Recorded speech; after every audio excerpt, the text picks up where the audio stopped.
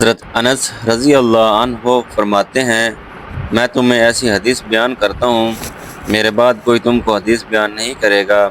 میں نے رسول اللہ صلی اللہ علیہ وسلم سے فرماتے سنا ہے، علامات قیامت میں سے ایک یہ ہے کہ علم کم ہو جائے گا اور جہالت غالب آ جائے گی، زنا علانیہ ہوگا، عورتیں بکثرت ہوں گی، مرد کم ہوں گے، یہاں تک کہ 50 عورتوں کا متنظم و متوالی ایک ہی مرد ہوگا۔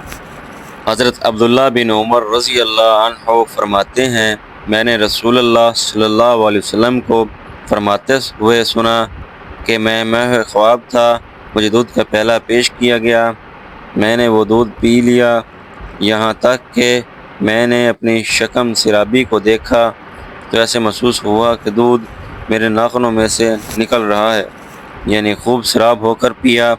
پھر میں نے باقی ماندہ دودھ حضرت عمر بن خطاب رضی اللہ عنہ کو دیا۔ ہم نے عرض کیا، یا رسول اللہ صلی اللہ علیہ وسلم، اس کی تعبیر کیا ہے؟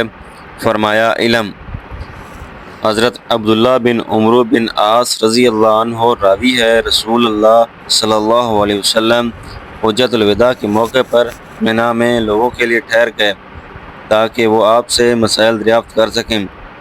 آپ کے پاس ایک آدمی آیا اور کہا، مجھے خیال نہ رہا، قربانی کرنے سے پہلے سر منڈوا لیا۔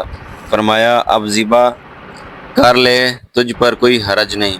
پھر دوسرا آدمی آیا اور کہا، میں نے عدم خیال میں رمی جمار سے پہلے قربانی کر دی۔ فرمایا، ابھی رمی جمار کر لے، تجھ پر کوئی حرج نہیں۔ عبداللہ بن عمرو کا کہنا ہے کہ آپ سے جس چیز کے متعلق سوال کیا گیا جو آگے پیچھے ہو گئی، اس کے جواب میں آپ نے فرمایا، تجھ پر کوئی حرج نہیں۔ حضرت ابن عباس رضی اللہ عنہ سے مروی، نبی اکرم صلی اللہ علیہ وسلم سے حج کے دوران پوچھا گیا اور سوال کرنے والے نے کہا، رمی جمار سے قبل میں نے قربانی کر لی۔ آپ نے اپنے ہاتھ سے اشارہ کیا اور فرمایا، تجھ پر کوئی حرج نہیں۔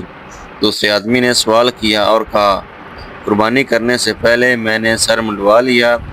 آپ نے اپنے ہاتھ سے اشارہ کیا کہ تجھ پر کوئی حرج نہیں۔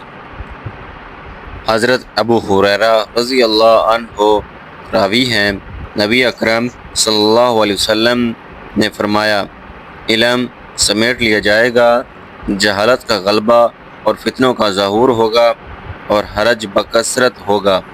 عرض کیا گیا، یا رسول اللہ صلی اللہ علیہ وسلم، حرج کیا ہے؟